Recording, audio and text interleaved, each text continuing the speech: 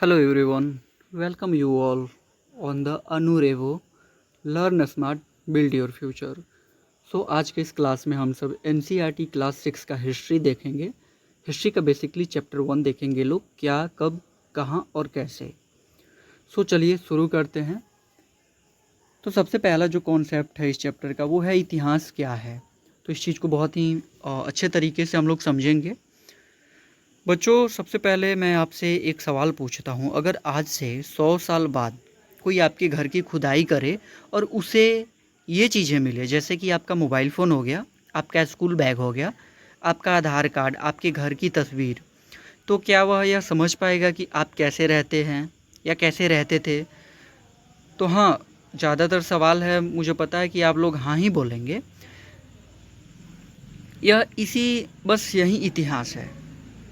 इतिहास क्या है? इतिहास केवल पुरानी घटनाओं का संग्रह नहीं है। इतिहास एक कहानी है इंसानों की, समाज की, सभ्यता की और समय के साथ हुए बदलाव की। इतिहास हमें बताता है पहले लोग कैसे रहते थे, क्या खाते थे, क्या पहनते थे, कहाँ रहते थे और उनका जीवन आज से कितना अलग था। अब इसे थोड़ा सा एग्जाम्पल के साथ में देखते हैं। मान लीजिए आपकी मम्मी के पास उनकी शादी की पुरानी फ़ोटो है। उस फोटो में पुराने कपड़े, पुराने घर और पुराने लोग दिखाई देते हैं। उस एक फ़ोटो से हमें 20 साल 25 साल पहले के समय के बारे में बहुत कुछ पता चल जाता है। यही इतिहास है। जैसे जब आप अपनी मम्मी के शादी का कोई वीडियो या कोई फ़ोटो देखते हो तो आप उसमें देखते हो कि आज से 20 साल पहले जो पापा के टाइम में लोग होते थे उनके कपड़े पहनने के स्टाइल कुछ अलग थे और आज का स्टाइल कुछ अलग है। तो मतलब पहले के लोगों का कपड़ा पहनने का ढंग कुछ अलग था, आज के लोगों का कपड़ा पहनने का ढंग कुछ और है। उस टाइम पे लोग कुछ और खाते थे, आज के टाइम पे लोग कुछ और ज़्यादा खाना पसंद करते हैं।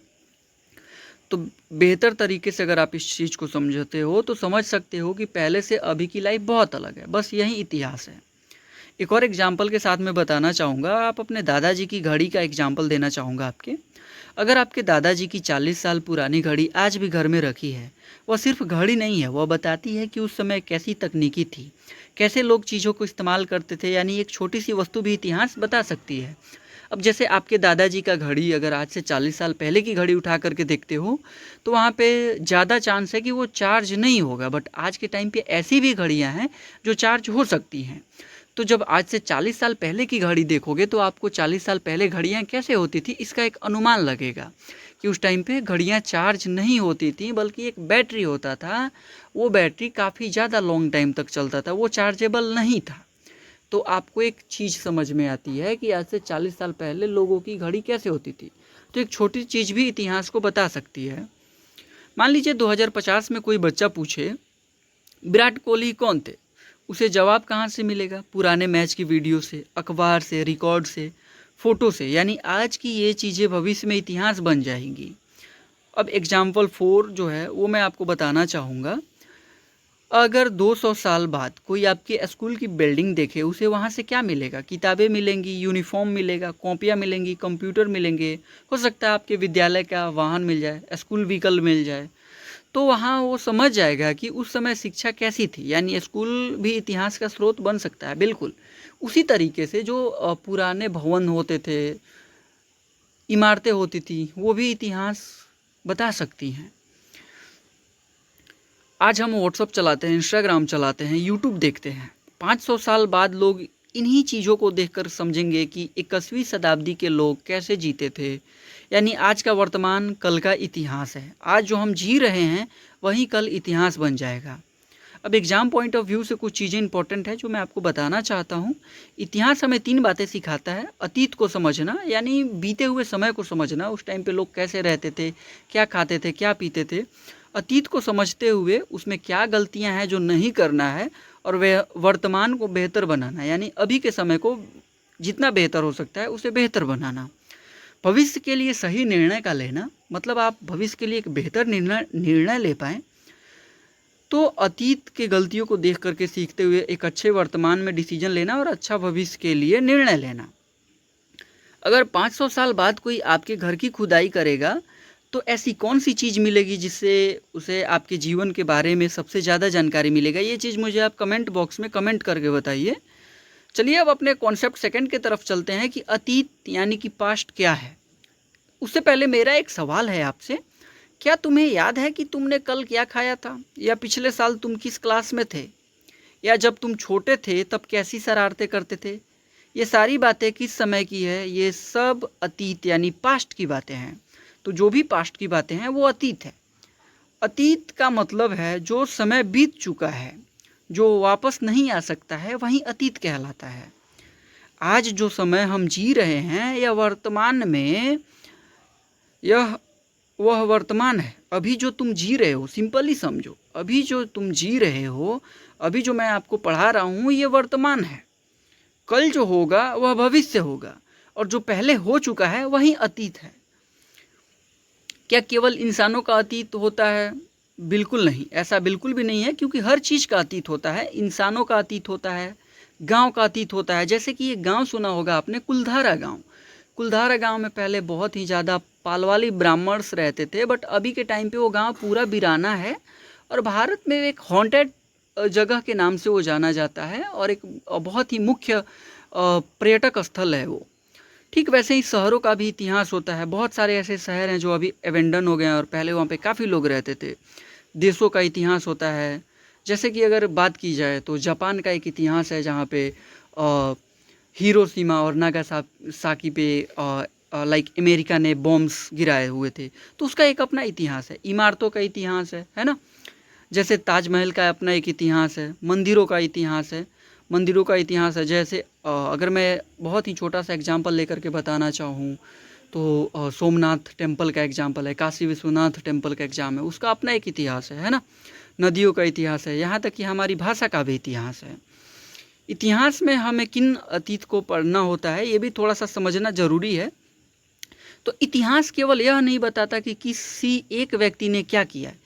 इतिहास हमें बताता है लोग पहले कैसे रहते थे, क्या खाते थे, क्या पहनते थे, खेती कैसे करते थे, व्यापार कैसे होता था, राज्य कैसे चलते थे, युद्ध क्यों होते थे, समान समय के साथ कैसे बदला गया, क्षमा चाहूँगा मैं तुम लोगों से, समाज समय के साथ कैसे बदलता गया, ये चीज़ें हम समझेंगे।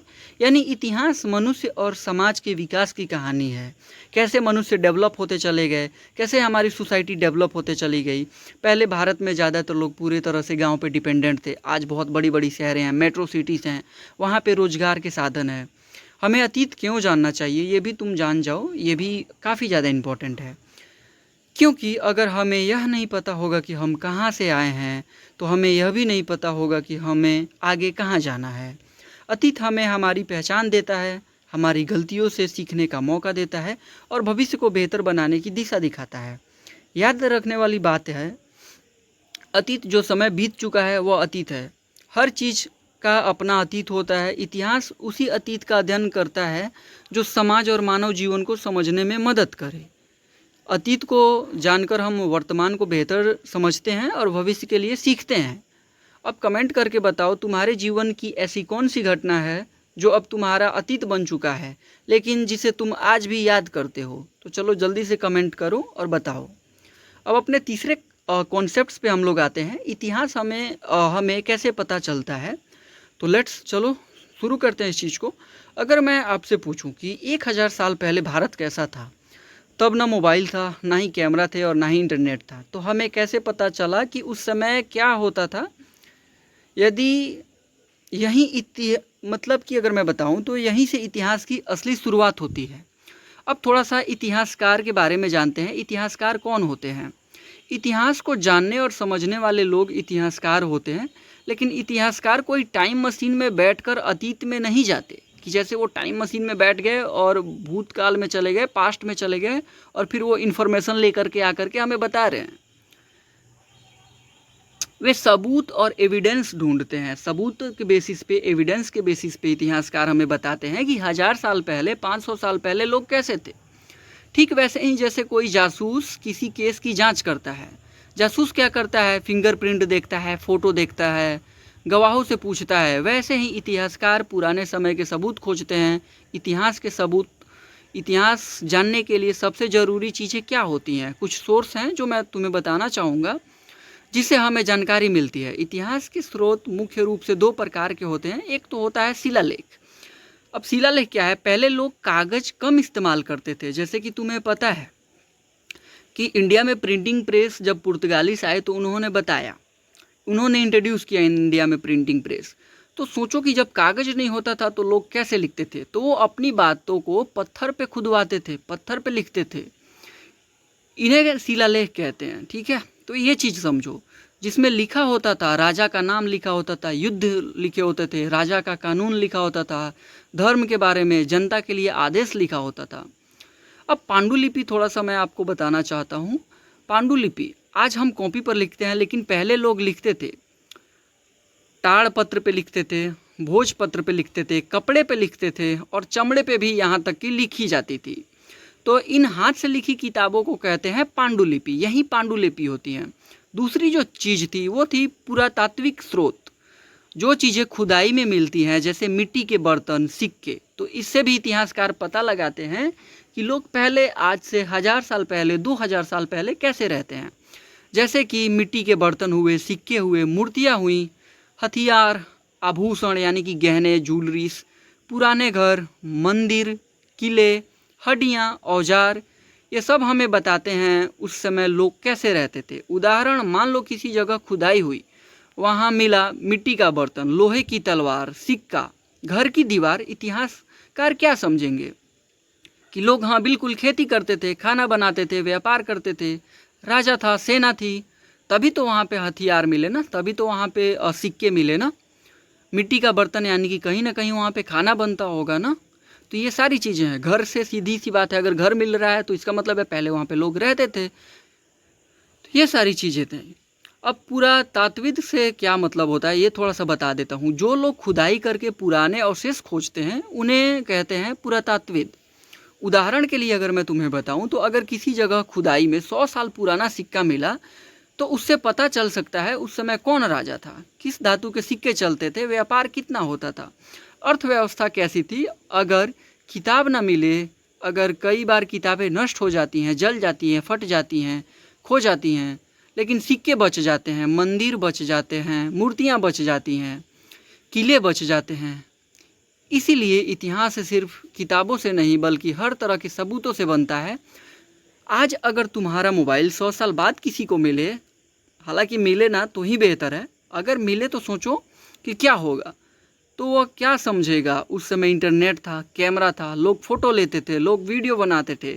ठीक इसी तरह पुराने समय की चीज़ें देखकर इतिहासकार अतीत समझते हैं, पहले की चीज़ों को समझते हैं। याद रखने की ट्रिक अब क्या होती है ये समझो। इतिहास क्या है, तो सबूतों की कहानी है, या नो एविडेंस नो हिस्ट्री। यानी कि इतिहास क्या है, ये पुराने चीज़ों की, मतलब कि जो भी चीज़ें जो बीत गई, जो एक कहानी थी, वो इतिहास है। जो कि एविडेंस के बेसिस पे ही इतिहासकार इसका पता लगाते हैं। इस कॉन्सेप्ट्स के मुख्य बिंदु जो हैं वो है इतिहासकार, निम्नलिखित जो स्रोत है, इतिहासकार, स्रोत, लिखित स्रोत, शिलालेख, पांडुलिपि, किताबें, अभिलेख, पुरातात्विक स्रोत, सिक्के, बर्तन, औजार, मंदिर, किले, मूर्तियाँ और पुरातात्विक।